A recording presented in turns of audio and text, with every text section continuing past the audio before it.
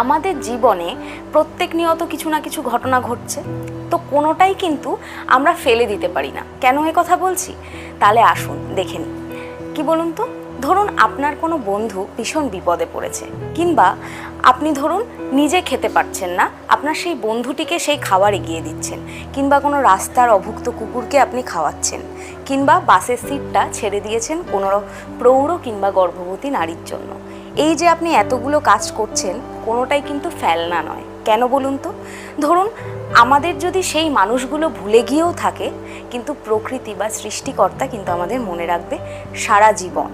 আপনি কোনো ভালো কাজ করবেন, ফলস্বরূপ আপনার ভালো হবে, কিন্তু যদি আপনি কোনো ঘৃণ্য কাজ করেন তাহলে ফলস্বরূপ আপনার খারাপ হবে। সেই মানুষটা যাকে আপনি সাহায্য করেছেন, তার থেকে হয়তো আপনি কোনো সাহায্য ফিরে পাচ্ছেন না, কিন্তু সৃষ্টিকর্তা বা প্রকৃতি কোনো দিন আপনার ঋণ তার কাছে বোঝা বয়ে রেখে দেবে না, আপনাকে কিন্তু ফেরত